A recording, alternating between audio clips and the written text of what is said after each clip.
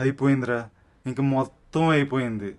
PhonePe, Google pay, Paytm లాంటి apps నుంచి 2,000 కంటే తక్కువ ట్రాన్స్ఫర్ చేసినా లేదా ఏదైనా షాప్కి వెళ్ళి పేమెంట్ చేసినా 18% జిఎస్టీ కట్టాలట. 18% జిఎస్టీయే కడితే ఇంకా మాలాంటి వాళ్ళు ఎలా బతుకుతారా? ఏదో చెప్తున్నావు కానీ ఏం చెప్తున్నావు నాకు అర్థం కావట్లేదురా. ఫాస్ట్గా ఏటీఎంకి వెళ్ళి డబ్బులన్నీ విత్డ్రా చేసేయాలరా. ఇక మీద మరి ఫోన్పే, గూగుల్ పే లాంటి యాప్సే వాడనరా. Only cash పేమెంట్సే. నేను నీకు డబ్బులు ఇవ్వాలి కదా, ఆ డబ్బులు కూడా నేను ఫోన్పే చేయను, నీకు క్యాష్ ఇస్తాను నెక్స్ట్ వీక్. నీకు ఆ సినిమాకి వెళ్ళొద్దని చెప్పాను, వెళ్ళావు చూడు ఇప్పుడు ఏదేదో పిచ్చోడ్లో మాట్లాడుతున్నావు. అంతేరా, మాలాంటి వాళ్ళ బాధ నీకేం అర్థం అవుతాయి? ఆగరా, ఓపిక పోయింది నాకు. సూటిగా సుత్తు వేయకుండా చెప్పు ఏం జరిగిందో. చూడు, ఈ న్యూస్ ఆర్టికల్స్ అన్ని చూడు ఒకసారి. కొత్త రూల్ ప్రకారం 2,000 రూపాయల కంటే తక్కువ యూపీఐ ట్రాన్సాక్షన్ చేస్తే 18% జిఎస్టీ కట్టాలట. అంటే నువ్వు 1,500 రూపాయలు షాపింగ్ చేసావు అనుకో, దాని మీద 270 రూపాయలు నువ్వు ఎక్స్ట్రా జిఎస్టీ కట్టాలి. అయిపోయిందా? న్యూస్లో అలాగే చెప్తారురా, ఆర్టికల్స్లో కూడా అలాగే రాస్తారు. అవన్నీ పక్కన పెట్టేసి నేను చెప్పింది జాగ్రత్తగా విను. నీకు 2 గుడ్ న్యూస్ చెప్తాను.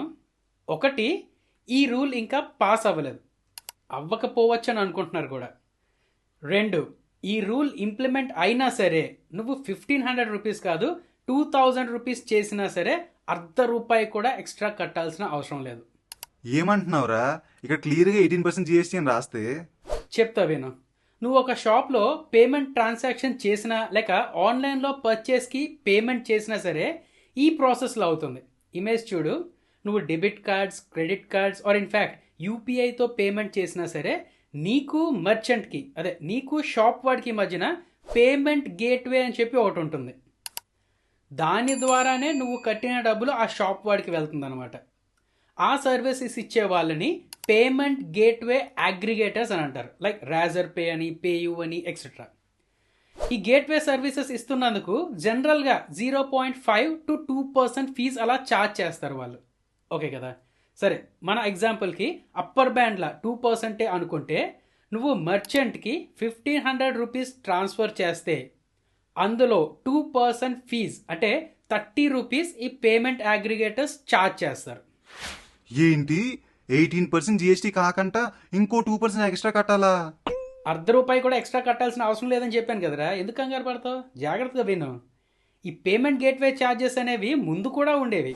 లైక్ 1,500 రూపీస్ నువ్వు పే చేస్తే ఆ 2% ఫీజ్ పేమెంట్ అగ్రిగేటర్స్ తీసుకొని షాప్ వాడికి అది కట్ చేసుకొని మిగతా అమౌంట్ ఇక్కడ చూసుకుంటే 1,470 రూపీస్ వచ్చింది కదా, ఆ 1,470 రూపీస్ షాప్ వాడికి వేసేస్తారనమాట. ఇక్కడ వరకు క్లియర్ కదా?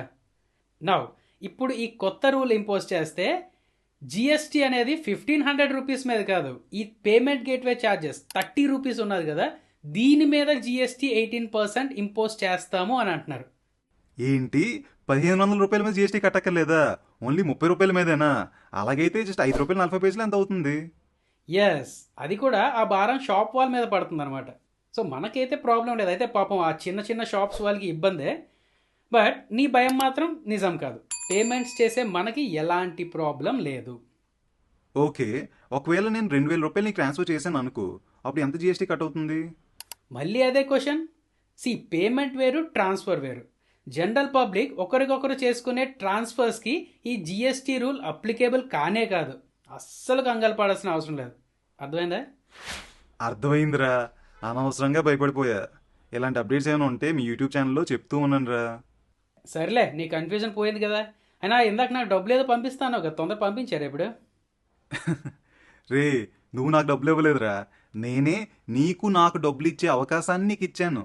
నీకు అదే ఎక్కువలే కానీ పక్కెళ్ళాడుకో. నాకు తెలుసురా నీకు ఇస్తే గంగార్పణం అని. సరే, డబ్బులు ఎలాగో ఇవ్వట్లేదు కాబట్టి మన సబ్స్క్రైబర్స్కి ఆ సబ్స్క్రైబ్ నోటు లేకపోతే లైక్ చేయమని ఇవన్నీ చెప్పు మరి. ఫ్రెండ్స్, మేము పర్సనల్ ఫైనాన్స్ సంబంధించిన ప్రతి ఒక్క వీడియో పెడుతూ ఉంటాం. సో మా ఛానల్ని సబ్స్క్రైబ్ చేసుకొని లైక్లు, షేర్లు, కామెంట్లు చేస్తూ ఉండండి.